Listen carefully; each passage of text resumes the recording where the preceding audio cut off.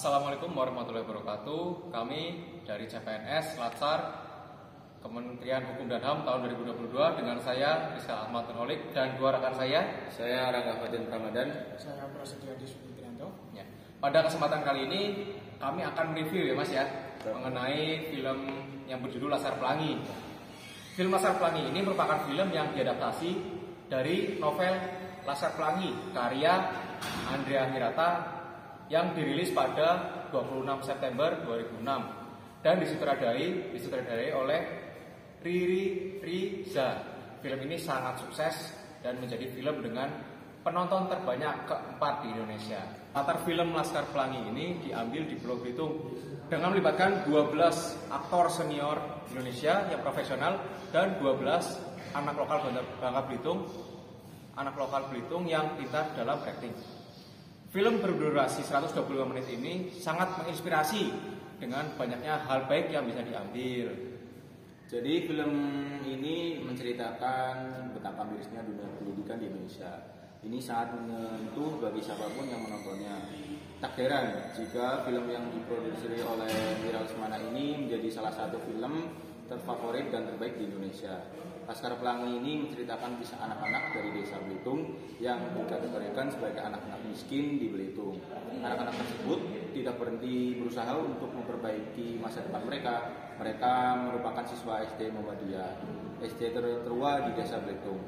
Di sekolah ini terdiri dari 10 siswa hingga tak lepas dari ancaman penutupan. Kesembilan siswa tersebut adalah Ikal, Intang, Mahar, Asyong, Syahdan, Korek, Sahara, dan Kucai, Terpani, dan Harun. Ibu muslimah satu-satunya guru di SD Muhammadiyah tersebut yang diperankan oleh Cut Mini dan Pak Harpan merupakan kepala sekolah dari SD Muhammadiyah yang diperankan oleh Hernagara terus berupaya untuk mempertahankan SD tersebut. Semula siswa di SD Muhammadiyah hanya berjumlah 9 siswa. Kemudian datanglah Harun, anak keterbelakangan mental yang menyelamatkan sekolah di saat semua murid dan guru sudah gelisah dan khawatir sekolah akan ditutup. Sekolah dengan bangunan seadanya tersebut tetap diizinkan untuk beraktivitas seperti sekolah pada umumnya. Pemeran utama film Laskar Pelangi adalah Ikal, siswa SD Muhammadiyah yang memiliki ketertarikan besar pada dunia sastra. Ia gemar menulis puisi. Ada juga Lintang, siswa SD Muhammadiyah yang menjadi siswa paling pintar di sekolahan karena kejeniusannya. Ia merupakan anak nelayan miskin yang bercita-cita menjadi ahli matematika. Ada satu siswa yang dikenal memiliki bakat dalam bidang seni, yaitu Mahar. Ia yang menjadi pencetus ide saat sekolah berencana untuk mengikuti perlombaan semacam karnaval. Mahar memberikan ide untuk menari dengan aksesoris yang terbuat dari tumbuhan langka di Belitung.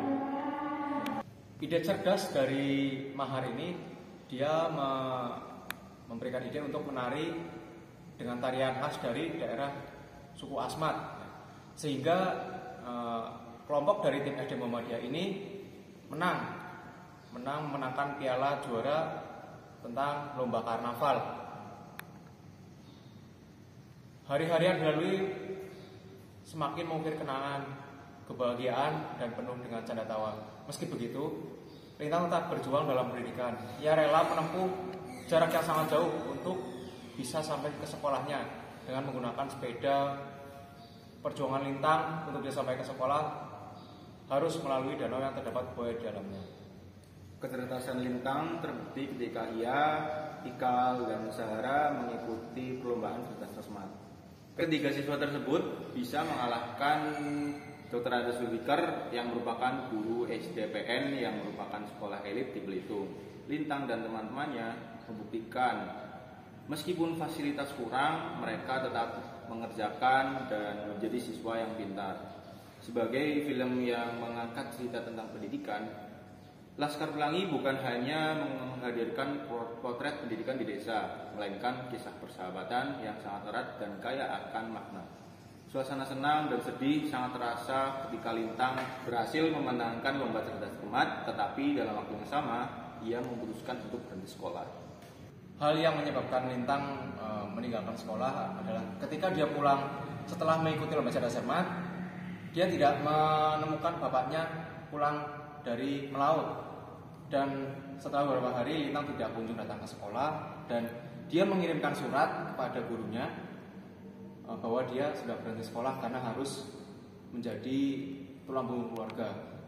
Dan teman-temannya walaupun sudah membujuk dia untuk kembali ke sekolah, namun dia tetap enggan.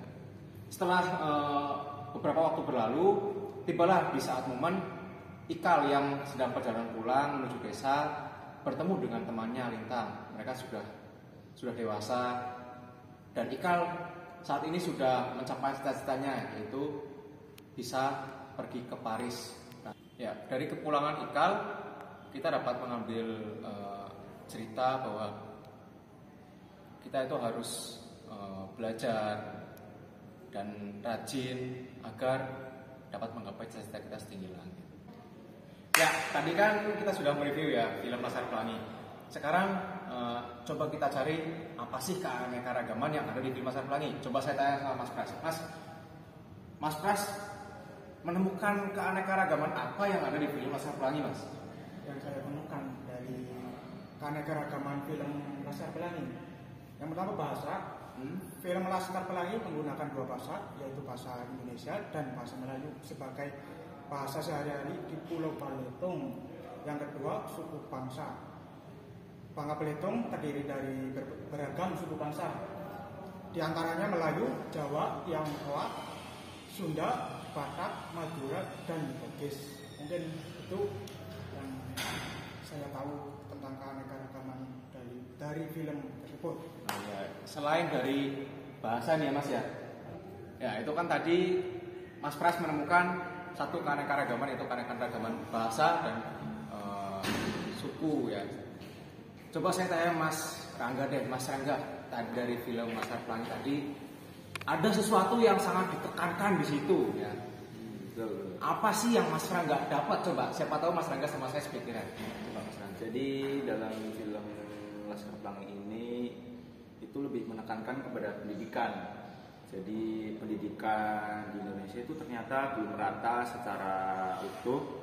Ada di beberapa wilayah yang pendidikannya masih kurang, masih belum terjangkau lah istilahnya. Dan kesetaraan pendidik dengan lokasi tempat mengajar. Adanya semangat, tetapi adanya semangat berjuang demi mendapatkan pendidikan tersebut dan tingginya motivasi atau dedikasi seorang guru terhadap profesinya itu tinggi. Jadi anak-anak di Bangka Belitung dapat meraih cita-cita yang diinginkan. Ya, saya setuju sama Mas Rangga ya. Jadi tingkat pendidikan, pemerataan pendidikan di beberapa lokasi di Indonesia itu tidak merata. Jadi ada karena mungkin lokasi yang jauh dan akses yang sulit, fasilitas kurang, sehingga menyebabkan tingkat pendidikan di lokasi tersebut itu sudah rendah ya. Selain tadi ada bahasa, bangsa, dan pendidikan ya. Selanjutnya ini ada lagi yang lain ya, yaitu faktor ekonomi ya.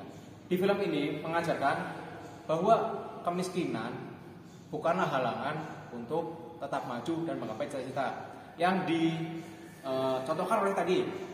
Namanya siapa Mas? Lintang, Mas Lintang dan Ikal. dan Mas Ikal. Terutama Mas Ikal tadi, Mas Ikal melihat majalah dengan cover Menara Eiffel ya, dan dia bercita-cita ingin pergi ke Paris. Ya, selain tadi kita sudah menemukan adanya keanekaragaman bahasa, bangsa, dan mengenai tingkat pendidikan yang ada di Belitung, kami juga mendapat pesan ya tentang ekonomi ya, bagaimana tingkat apa yang kita punya, miskin atau kaya, itu tidak menjadi sebuah hambatan untuk kita tetap maju dan menggapai cita-cita setinggi langit. Dicontohkan oleh tadi Ikal ya, yang pada suatu scene filmnya dia menemukan kalian yang di depannya itu ada cover gambar Menara Eiffel ya.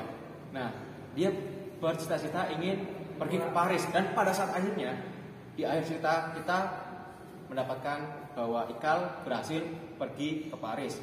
Selain itu juga ada mengenai budaya ya. Kalau teman-teman ingat tadi, budaya yang terdapat pada film Laskar Pelangi ya. Yang pertama ketika siapa Mas? Tadi Mas yang punya akal untuk nari Mas Mahar. Mas Mahar ya, Mas Mahar. Mas Mahar itu punya kreatif, inisiatif dia untuk mengadakan tarian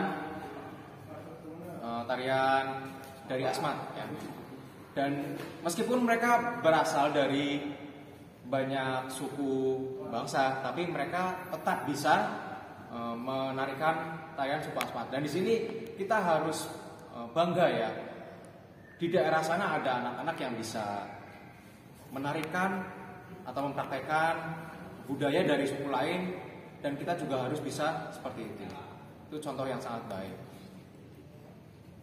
Lalu menurut mas-mas nih berdua nih, apa sih strategi yang harus kita lakukan agar terciptanya suasana yang harmonis ya, yang kita ambil dari film tadi aja lah, nggak usah terlalu luas, tapi kita ambil dari film Laskar Pelangi.